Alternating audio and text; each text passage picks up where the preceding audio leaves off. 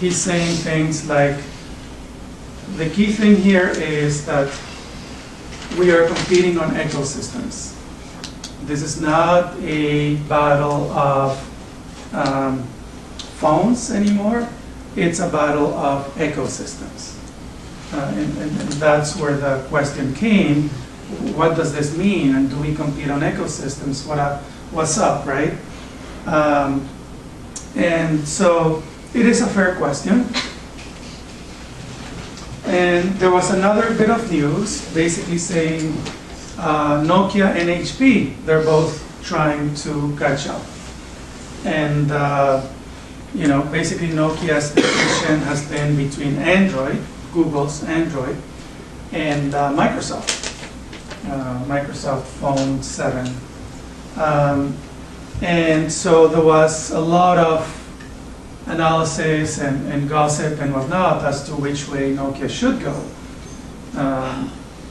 And then, Martin, I'll send this out to you. I'm just going through it pretty quickly, summarizing what went on. And then by Friday, they made a decision. So the leaked memo was pretty timely because it was timed basically a few days before they actually made the decision. They prepped the world as to what they should do. So the summary is that Nokia does not trust its own operating systems. And they were actually developing a new one with Intel. They don't trust that either. And they felt the need to make a quick decision to go with either Android or Microsoft. And they made a decision on Friday to go with Microsoft. So what I want to do here is walk through ecosystems, platforms, all that stuff is beyond this course, but I just want to walk through it to see how it applies. So the question is, what should Nokia do? Let's assume that they don't know, that they haven't made the decision. If you were hired to analyze this and to make a decision, or at least talk to the board, what is it that you would do? So according to CEO Elop, the choices were three: build an ecosystem, catalyze, whatever that means, or join an ecosystem. So basically in his mind, mentally, there was no choice to stay with Symbian, which is their operating system. He already made that decision. So these were the three things that he looked at. So I want to step back a little bit before we do that. And so I looked at his memo, and here's what I found. He mentioned product 3 times, ecosystem 6 times, and platform 15 times. That's why they called it burning platform, right? And the interesting thing is that he used it pretty much interchangeably. He went back and forth, Apple's platform or Google's ecosystem or whatever's ecosystem or whatever's product, right? Which is pretty confusing. What is it? I mean, do we compete on product, ecosystem, platform, operating system? Something else? Life, the universe? I mean, so this makes it that much more confusing, especially for us who need to create strategy. So, as a first step, let me define all these things quickly. Or actually, let me take somebody else's definition, which is easier. Except the whole product. The whole product, as we know, from day one in this class, is what the buyer thinks she's buying, right? It's the minimum configuration to achieve the buying objective. It's the minimum configuration to achieve the buying objective. That's how we have defined the whole product, or at least it's the second ring, or at least it's the simplified whole product. So as an example, here's basically Motorola's iTunes cell phone, September 2005. That was 2 years before, almost, before the iPhone came out. And it already had iTunes. Isn't that interesting?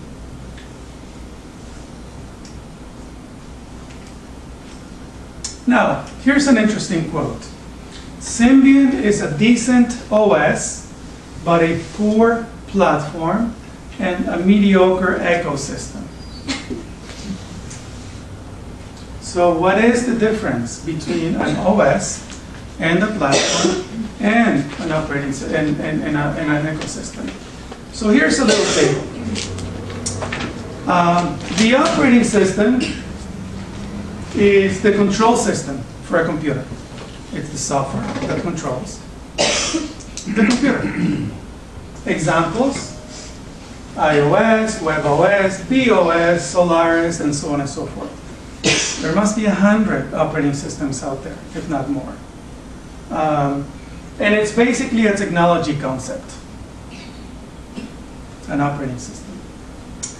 A platform is a product or infrastructure that allows other products and services to be built on top.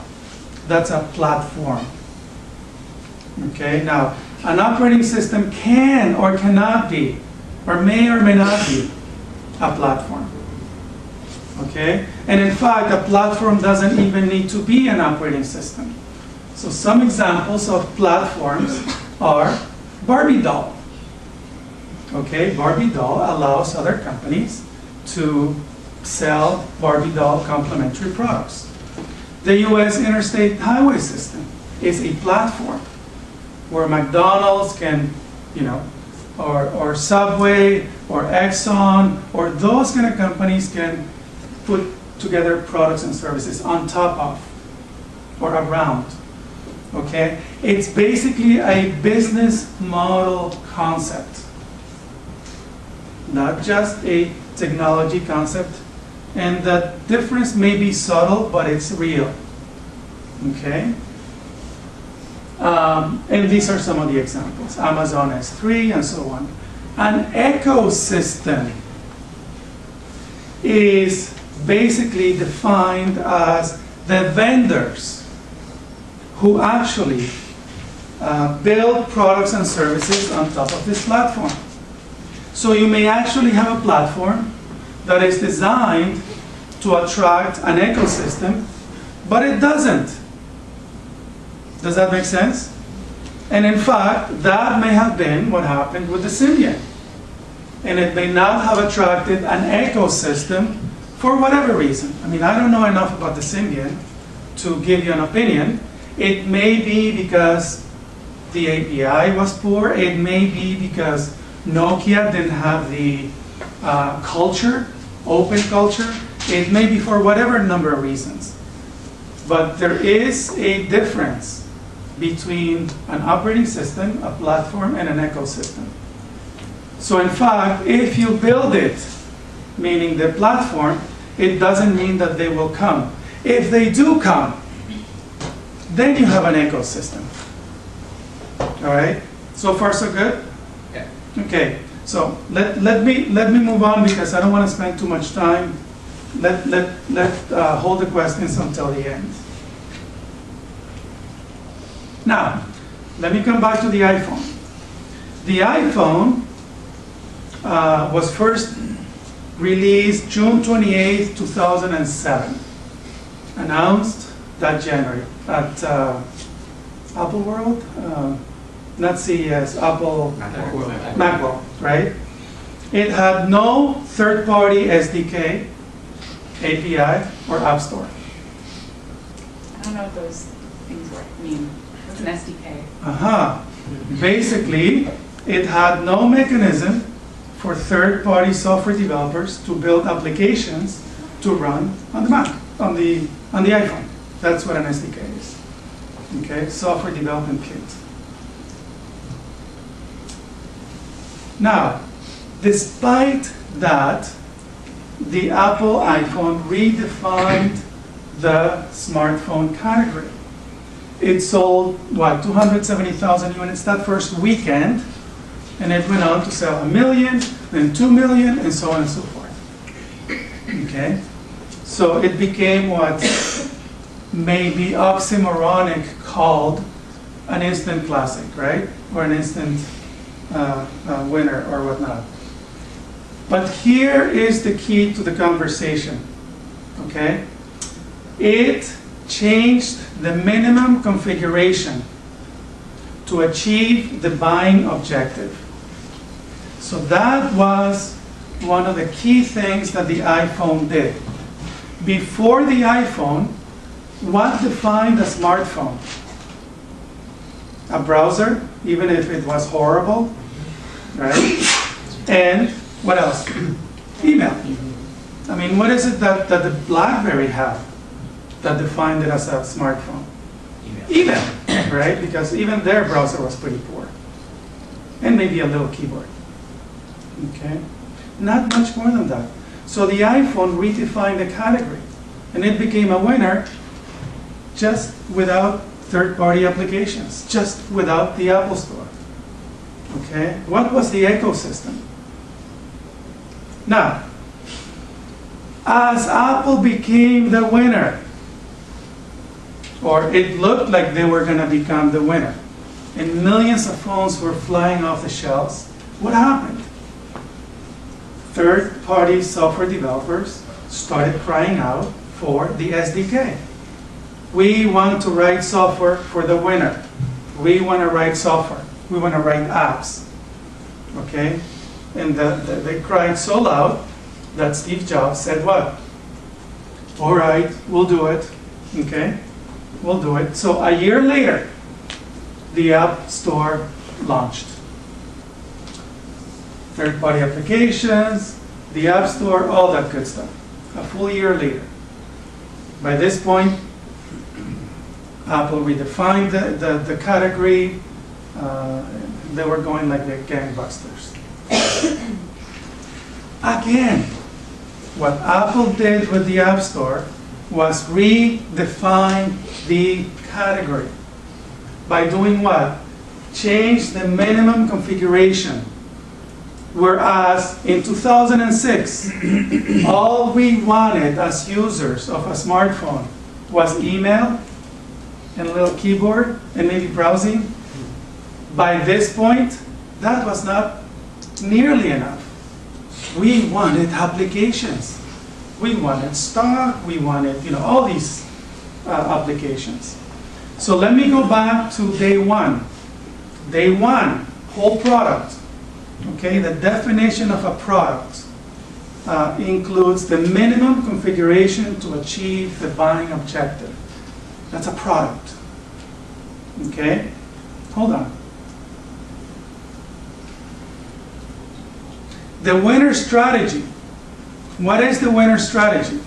When it looks like you're going to win, one of them is open up the product. Open up the product and develop a platform. Okay? This we did last week. Open up the product and develop a platform so that third parties can develop all kinds of goodies for your customers. So that's one of the things that you should do. Okay? So what is the not winner strategy?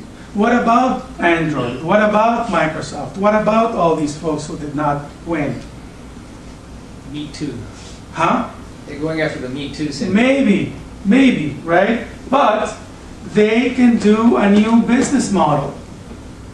Okay? One of the things that define Apple is that it's a fairly closed thing, right?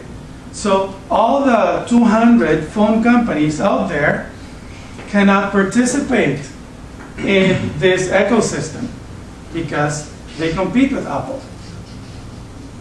So what Google did was basically they developed a platform that was open source that anybody could come in and contribute to and also benefit from. Does that make sense? So basically, Google had the right strategy. They developed an open platform, a different business model from Apple. If they had done the proprietary thing, they wouldn't have, they would have failed. But this was the right thing to do for Android. Okay, we did this last week. But again, Google Android kept up with Apple, and now each one of them has 100,000, 200,000 apps, and counting. Who uses these things, right?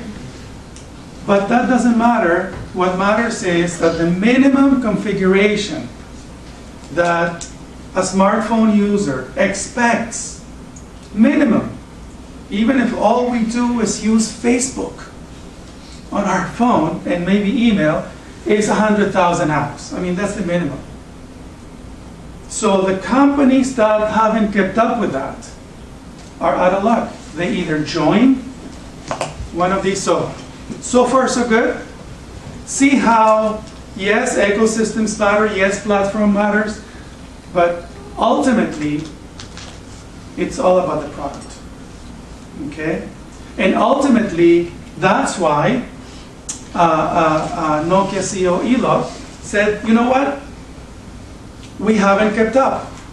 It's been 4 years since Apple came up with the iPhone, and we haven't come up with the competition. It's been a couple years since Android, and we haven't done a platform. So we have to.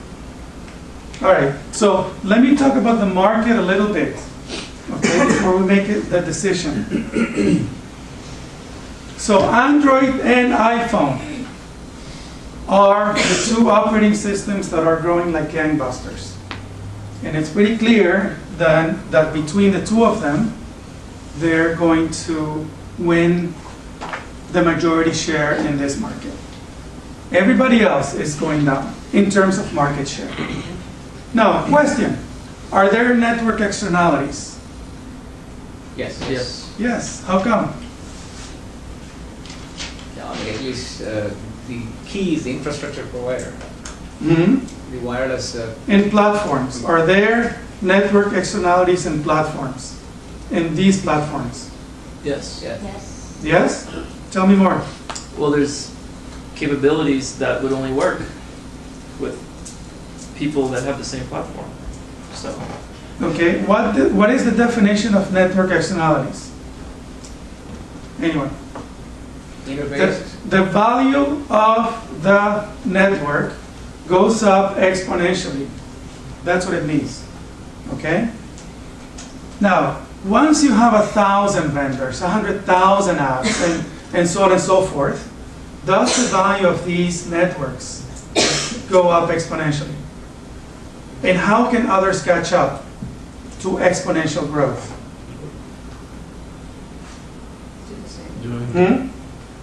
It's hard because there are network externalities. Okay? Now, Google and Apple and Apple have created ecosystems. Yes, they built platforms. They built it and people came. That is what defines an ecosystem. Okay? Because we have 100 platforms that nobody comes to, there's no ecosystem.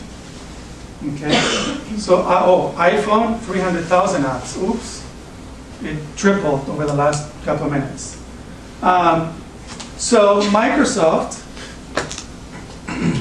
to go to Microsoft, has a platform.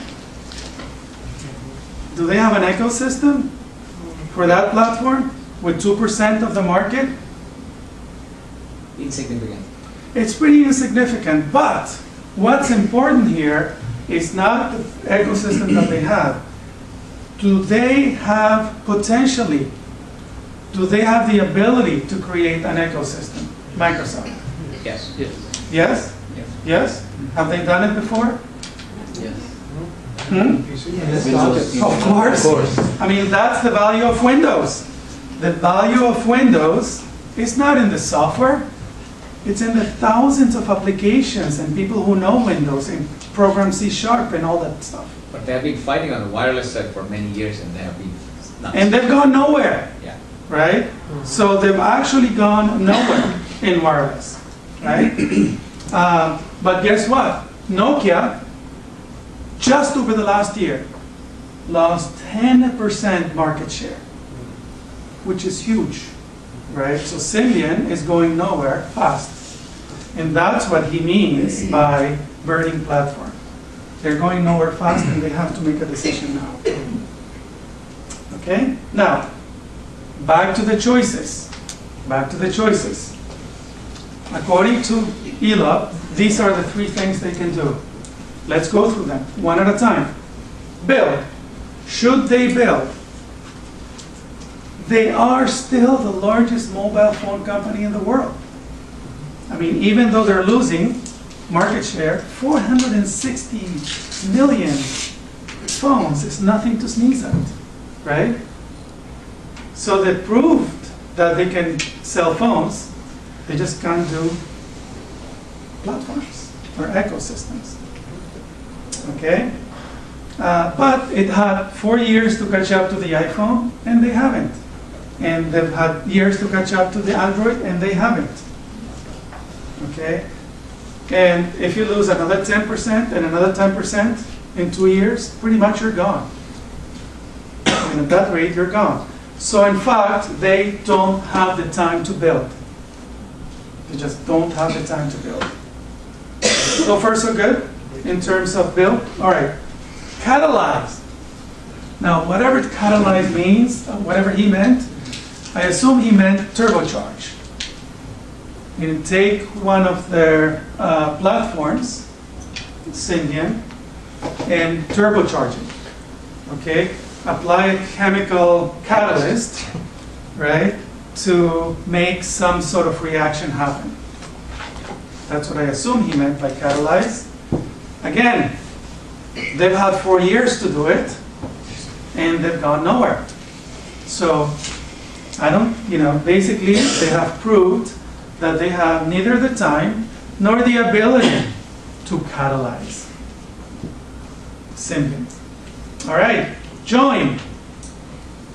And this is basically his whole decision. We have to join someone else. It can join someone with a proven platform or the ability to create an ecosystem around that platform. But if you compete on ecosystems, why hasn't Microsoft been able to compete? No partnerships. Please. They've had 7 years, 8 years to do this. No, right? that's the failure. It's Microsoft. It's Microsoft. Doesn't guarantee success. If they have failed so far, what tells you that they're going to win? They have enough cash, that's about it. It's not going to guarantee success. They're going to keep trying. Nokia has cash. Not as much as Microsoft. Yeah, but you want to buy How much do you need, really? Right? How much do you really need? Have they been too focused on the operating system and not enough on building the ecosystem? Who? Microsoft. I doubt it. They know exactly what to do. I mean, they know exactly what Windows, what made Windows a winner, and what kept Windows as a cash machine for the last 20 years, right? And here's another choice that Elop didn't talk about: buy. What if they buy? What if they buy somebody? What if they buy a platform? Okay, Nokia has $12 billion in the bank. crazy. Nothing to sneeze at, right? And their market cap is $34 billion. Yes, it's down, but they can buy a company, right? So let's see, who to buy? They don't have many choices, that's the problem. BlackBerry is too expensive. BlackBerry is worth $34 billion. So they're not going to give 50% of the company to buy BlackBerry, it doesn't make sense. Apple, Google, they're worth 10 times Nokia, so no can do. Who does that leave? Mobile platforms. Yeah, Oh. that's okay. HP. Right? HP just bought it for $1.2 billion. So in fact, there's nothing else out there. So buying is not an option, okay?